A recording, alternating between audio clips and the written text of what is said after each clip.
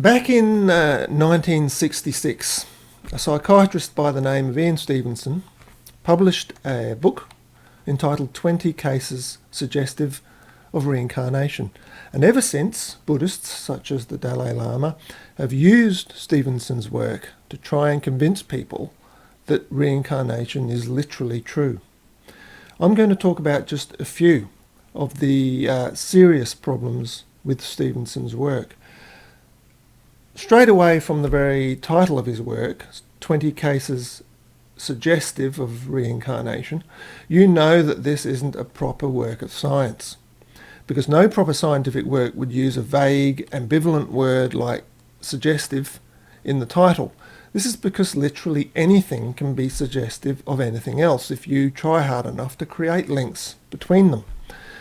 Imagine if a person thought they had a cure for cancer and put out a scientific paper claiming that they had evidence suggestive that they might have a cure for cancer. Well, nobody wants to know such nonsense. What people want to know is if a person has a successful treatment for some type of cancer or not. Either they do or they don't. Imagine if a person put out a scientific paper in which they claimed they had evidence suggestive of the existence of God, in which they looked at the beauty and the complexity of a flower, which suggested to them that there must be a God, since they can't think of any other way that a flower could possibly exist. This is exactly the case with Stevenson's work on reincarnation. He looks at various phenomena, which may be purely imaginary, and he reaches the conclusion that since he personally can't think of any explanation for them, then there must necessarily be reincarnation, despite the fact that many other people can think of explanations other than reincarnation. Good science has to be falsifiable. If I have a thesis that a new drug will cure a disease, then as a responsible scientist, I would need to develop a method that will clearly show that the drug does in fact work to cure the disease. And even more importantly, if the drug happens to be fatal to human beings, then my method must show that it is fatal. If I designed an experiment to show that a drug might work, but didn't reveal that in fact it killed every single person who used it, then I wouldn't be a responsible scientist, and I wouldn't be doing science. Stevenson set up his work such that his thesis of reincarnation was not falsifiable. His work was set up in such a way that virtually anything at all could be said to suggest reincarnation, including such things as birthmarks on the body. But nothing at all could suggest that there was no reincarnation.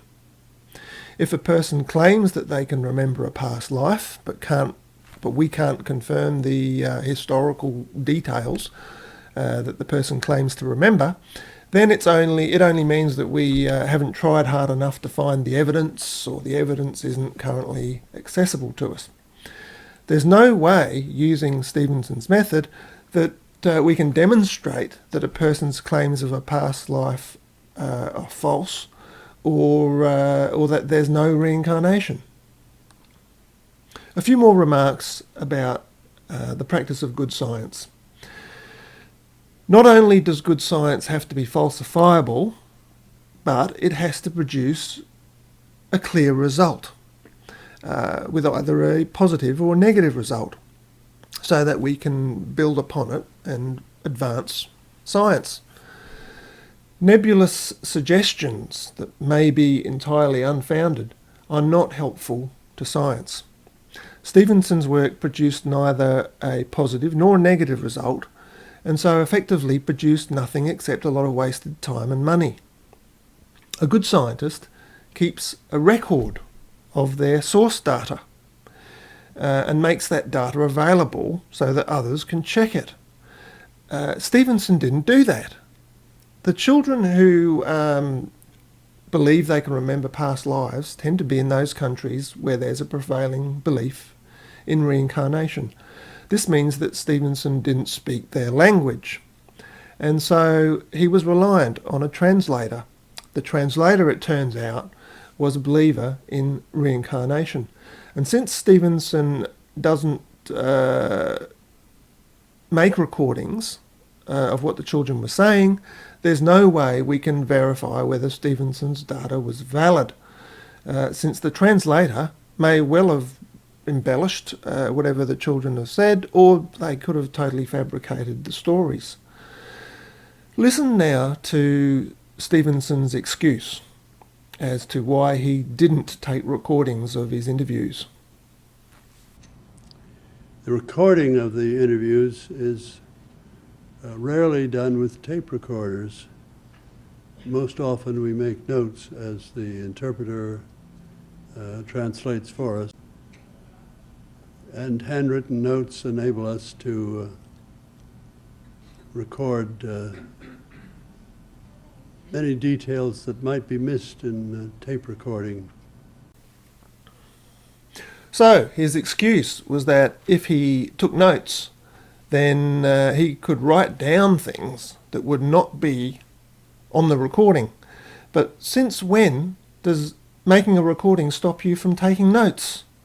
There's no good reason that I can think of for his not making recordings.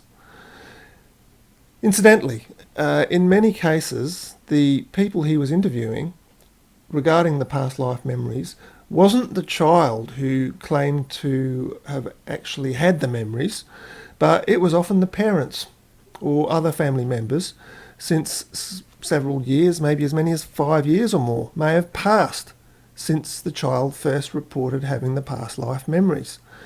And now the child might not even be able to remember having made those statements. So the story that's reported by the parents may be very different to what was originally reported by the child. Confirmation bias is where you see only those things that accord with what you want to believe, and you don't see or you play down whatever doesn't accord with what you want to believe. In this way, we can build an entire reality that has nothing to do with the real world. I believe this explains Stevenson's work. His method, if you can call it that, was simply to select or to create whatever facts were conducive to a belief in reincarnation, and he rejected whatever wasn't conducive to it. In closing, here are just a few more amusing facts about this reincarnation research. In those cultures where there's a belief that you can't change sex from one life to the next, people report that they didn't change sex from one life to the next. But in those cultures where they believe that you can change sex from one life to the next, then you find people reporting that they changed sex. In those cultures where they believe there's a gap or a realm of existence in between two different lives, it might last for any period of time, could even be a few months, then you have people reporting that they remember a gap in between the two lives. Whereas in cultures where they don't believe there's any gap and you go straight from one life to the next, then you find that people report that there's no gap. Stevenson seemed to believe that not only did memories, habits and skills transfer between lives, but after death, but also so did physical marks on the body. So if a person died from a wound to the head, then this was likely to produce a birthmark on the head at the exact same location in the next life. There was a problem, though, in that Stevenson reported that by the time he visited the person with the birthmark had moved to some other part of the body than where it was supposed to be. Work that one out. In summary, Stevenson's work appears to be a classic example of confirmation bias, argument from anecdote, and the use of unfalsifiable methods. Anyone wanting to learn about how not to do science can learn a lot from his work.